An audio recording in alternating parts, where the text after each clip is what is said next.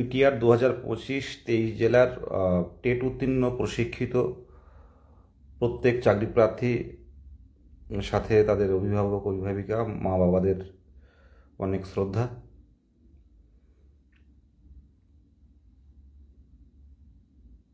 গত প্রায় 2.5-3 বছর আমরা একটা পরিবারের মতো হয়ে গেছি।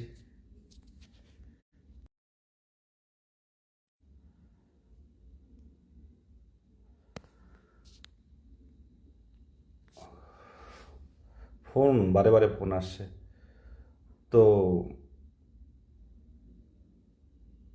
2022 সালের টেট 2023-এর 10ই ফেব্রুয়ারি রেজাল্ট।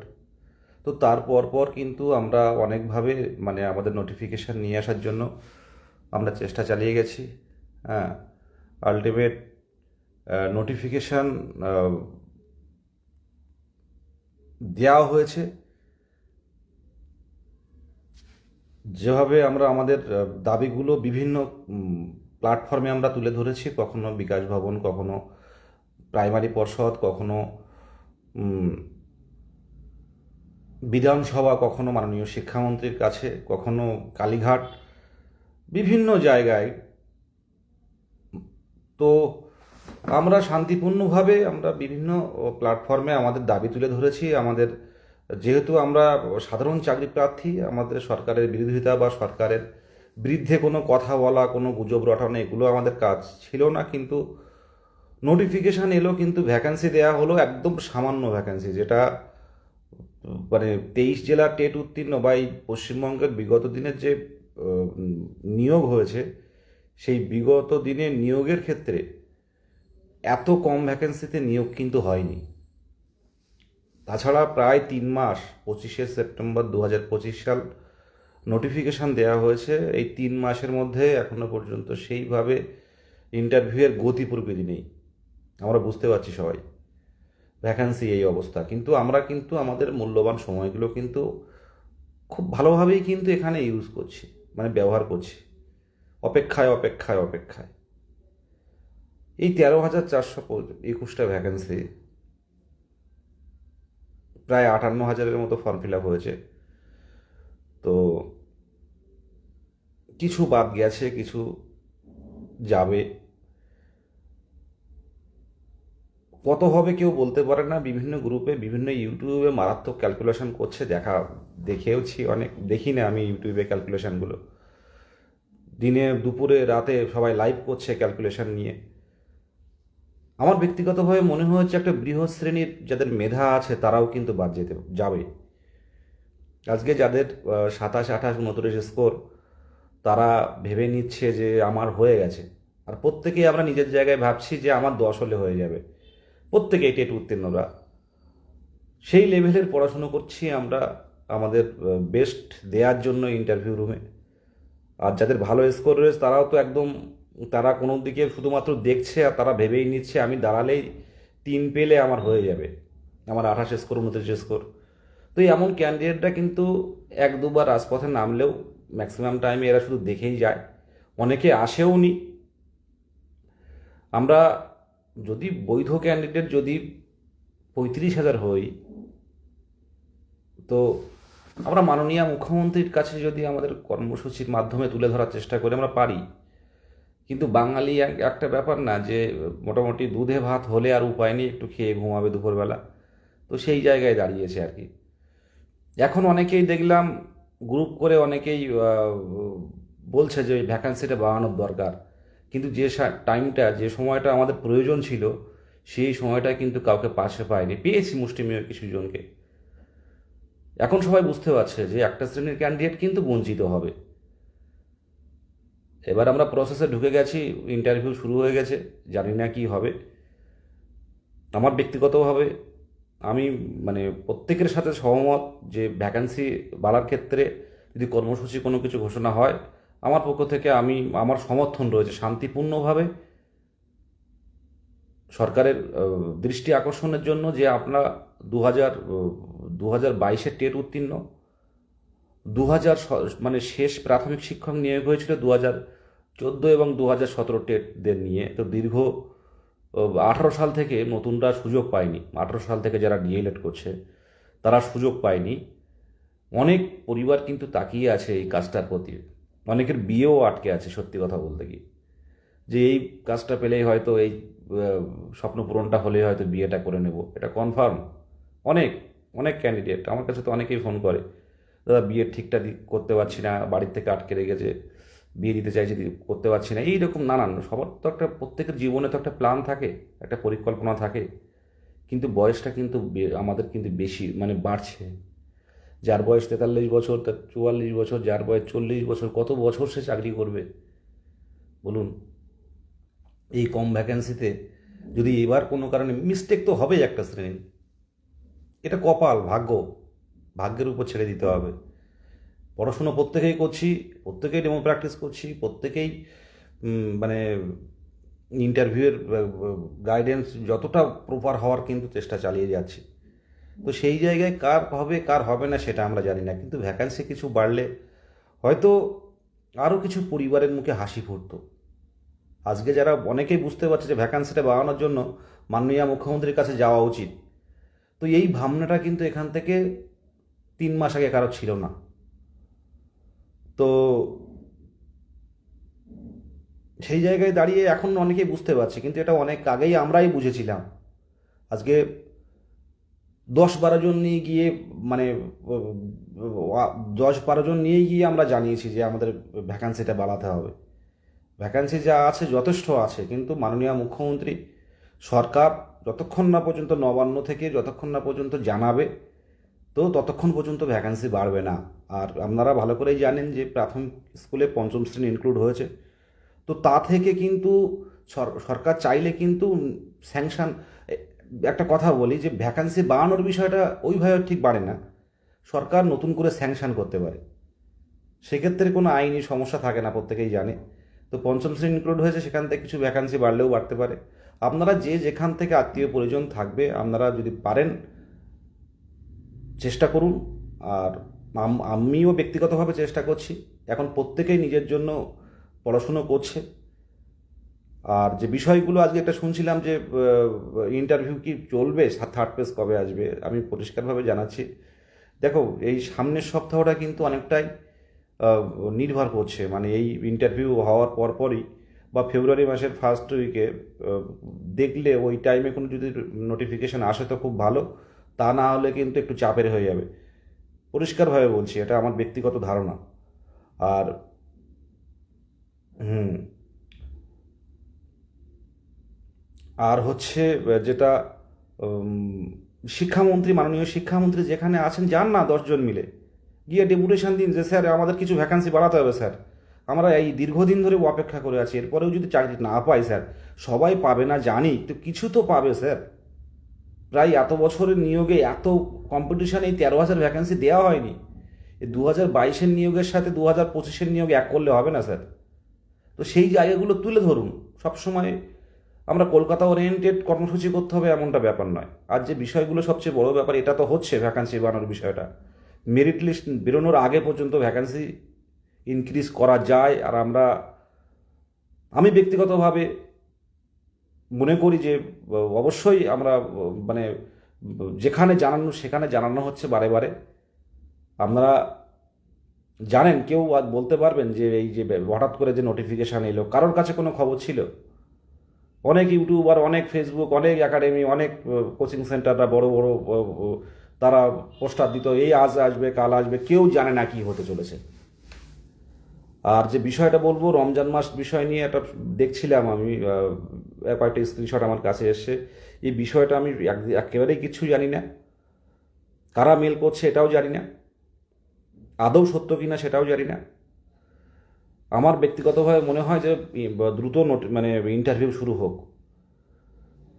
দ্রুত ইন্টারভিউ ধারাবাহিক থাকুক। আর এখন সোশ্যাল মিডিয়াতে যত দেরি হচ্ছে না, বিভিন্ন গ্রুপ খোলা হচ্ছে, আর বিভিন্ন গ্রুপ খুলে বিভিন্ন কন্ট্রোভার্সি তৈরি হচ্ছে। দেখুন, আমাদের কাছে কে কোথায় কবে মেল করছে, কে কোথায় কি করছে, সবগুলো তো আমি জানি না, আমার পক্ষে জানাও সম্ভব না। কে পর্ষদে মেল করছে, কে 10,000 ভ্যাকেন্সি বাড়াচ্ছে এরকম রিপোর্ট দিচ্ছে, এগুলো সবগুলো রিপোর্ট পাওয়াও সম্ভব না, সবগুলো দেওয়াও সম্ভব না।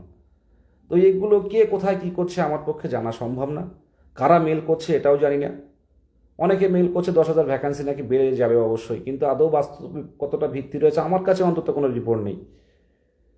আর যে কথাটা বলার আপনারা যে কথাটা বলার জন্যই লাইভটা করা মেনলি, যে আপনারা হয়তো ভাবছেন যে 23, 25 বা 22, 24 এদের বিষয়টা, আপনারা এটাও জানেন যে যে আমরা সিঙ্গেল বেঞ্চে কিন্তু জেতার পরও কিন্তু যারা বিচার পায়নি বলে অনেকে কিন্তু ডিভিশনে কিন্তু ওটাকে চ্যালেঞ্জ করতে পারে। তো তেমন কিন্তু বেশ কয়েকটা মামলা হয়েছে যে ডিভিশনে কিন্তু চ্যালেঞ্জ করা হয়েছে নিয়োগে আসার জন্য। তো সেই জায়গাটাও কিন্তু দেখতে হবে। আপনারা সবাই চুপচাপ আছেন এখন, দেখতে পাই অনেকেই মানে যারা আগে বুঝতো না এখন তারা অনেকেই মানে খুব বোঝে, মানে বিভিন্ন গ্রুপ খুলে তারা খুব এখন ভালোই বোঝে। তো করেছিল কারা এবং শেষ কারা করবে সেটা শেষ পর্যন্ত দেখতে পাবেন। বিভ্রান্তিতে কেউ কান দেবেন না। শুধু এটুকু বলবো যে চ্যালেঞ্জগুলো হচ্ছে, এই চ্যালেঞ্জগুলো কিন্তু আমাদের করতে হবে, আমাদের কিন্তু অ্যাডভোকেট দিতে হবে। আর আপনারা এটাও জানেন যে ফেব্রুয়ারি মাসের ফার্স্ট উইকে যে 14 সালের প্রশ্নভুল মামলা এটাও কিন্তু উঠতে চলেছে। আর এই মামলা থেকে যদি কোনোভাবে রায় চলে আসে সেখানে কিন্তু আরও 1 লক্ষ টেট পাস যুক্ত হবে। দেখুন, ভ্যাকান্সি আজ হোক কাল হোক, মেরিট বের হওয়ার আগে পর্যন্ত কিন্তু আমরা ইনক্রিজ করতে পারি, আমরা কর্মসূচি রাখতে পারি। অবশ্যই আমাদের ভাবনা আছে, সেটা হয়তো সোশ্যাল মিডিয়াতে বলছি না আমি। তো এই যে মামলাগুলো কিন্তু আমাদের কিন্তু দেখতে হবে। আপনারা ভেবেই নিয়েছেন যে ইন্টারভিউ দিয়েছে মানে আর কোনো চাপ নেই। সামনে বড় বড় মামলা আছে যেগুলো কিন্তু আটকাতে হবে আমাদের। ইন সার্ভিসের বিষয়টাও ভাবনা আছে, অবশ্যই ভাবনা আছে। সাথে সাথে এবং আইনি পথে যাওয়াও হয়ে গেছে, এবং সাথে সাথে এই যে ম্যাট 1594 যেটা খুব ভাইটাল একটা মামলা, এই মামলার কিন্তু আমাদের অ্যাডভোকেট দিতে হবে। সেই জায়গায় দাঁড়িয়ে আপনারা শুধু বিভিন্ন ইন্টারভিউ নিয়ে প্রত্যেকে ব্যস্ত আছেন, নিজের নিয়ে ব্যস্ত আছেন, কম্পিটিশান কমানোর ক্ষেত্রে কিন্তু ব্যস্ত নেই কেউ। মুষ্টিমেয় কয়েকজন দেখি যে কয়েকগুলো এই বিষয়গুলো আলাদা করে বলে, দাদা সামনে ম্যাট আছে, ম্যাট থেকে কিন্তু রায় চলে এলে কিন্তু প্রায় 1 লক্ষ ক্যান্ডিডেট বেশি হবে। এগুলো অনেকেই জানে না, অনেকের জানার মধ্যে থাকে না, তারা উপরে উপরে ভাবে অনেক কিছু এগুলোই। আর যে বিষয়গুলো ভ্যাকান্সি বিষয় ব্যাপারটা অবশ্যই বলছি, অবশ্যই ভাবনা আছে। আর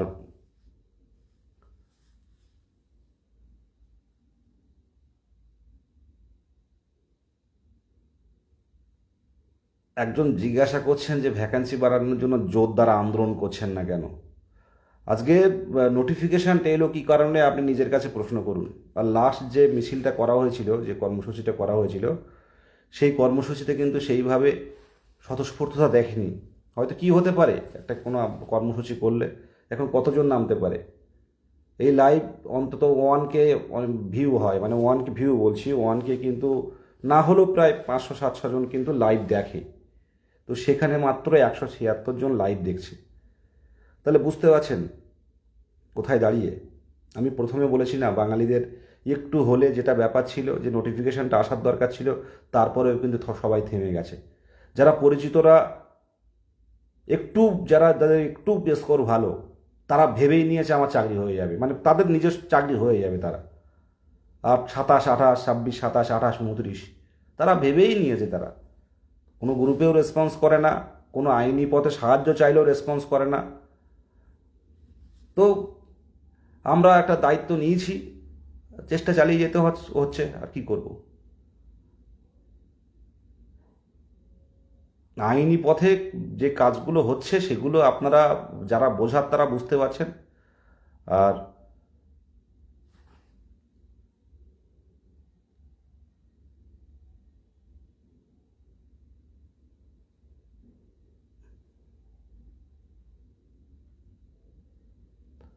দেখুন, ম্যাক্সিমাম ক্যান্ডিডেট, আমি একটা কথা বলছি, তাদের ম্যাক্সিমাম ক্যান্ডিডেট কি যে কবে হবে, মানে থার্ড ফেজের ইন্টারভিউ কবে হবে।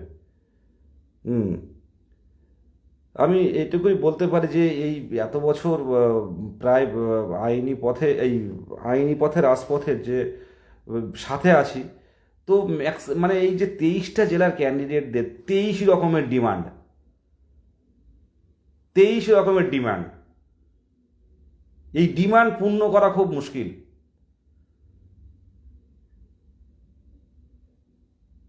মাথা, সত্যি কথা বলতে কি, যেভাবে নানানভাবে ফোন আসে, মাথা খারাপ হওয়ার মতো।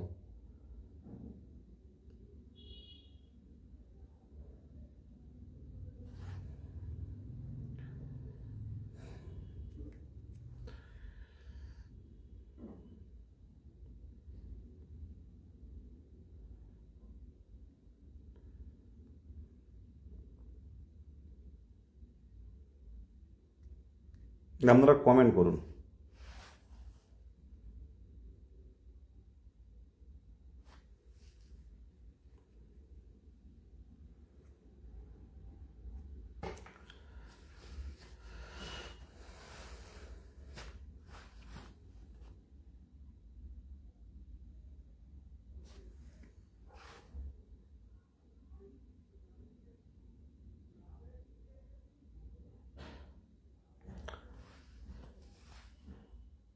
দেখুন, কোনো সমস্যা হলেই একটা চিন্তা ভাবনা হয়ে গেছে, কিছু সমস্যা হলেও কেস করতে হবে। তো এইরকম যদি প্রত্যেকটা জায়গায় এরকম কেসের বিষয়টা আসে, তাহলে তো প্যানেলটা কী হবে কিছু বলার নেই। দেখুন, ভ্যাকান্সি বাড়ানোর জন্য একটা পোস্টার দেখছিলাম, 30 তারিখে ভ্যাকান্সি বাড়ানোর একটা আন্দোলন হচ্ছে। তো যে কোনো চাকরি প্রার্থীদের শান্তিপূর্ণ অন্যের সমস্যা না করে যদি কোনো কর্মসূচি, কোনো শান্তিপূর্ণ জমায়েত বা কর্মসূচি হয়, আমার অবশ্যই সমর্থন আছে। আমি জানি না কারা। আর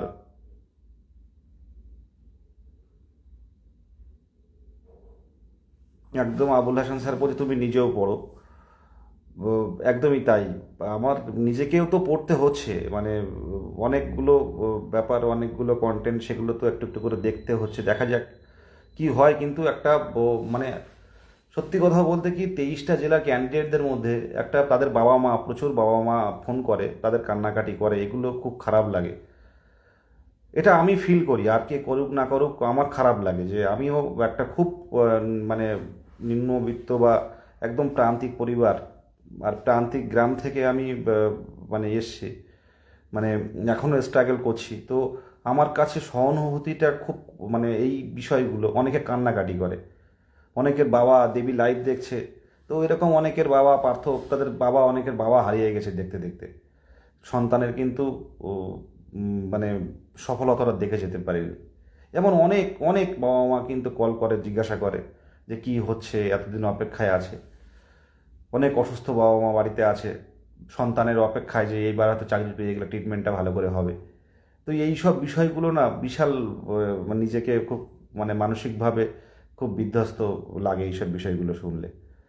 যাই হোক, আর যাদের আহ,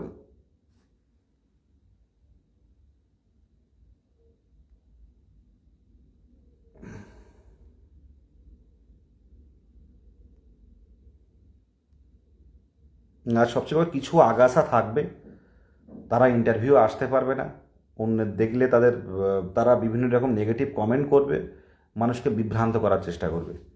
তো সেই জায়গায় নেই। সামনের দিনে, সত্যি কথা বলতে কি, সামনের দিনে যে কেসের বিষয়গুলো, এগুলো লড়তে হবে।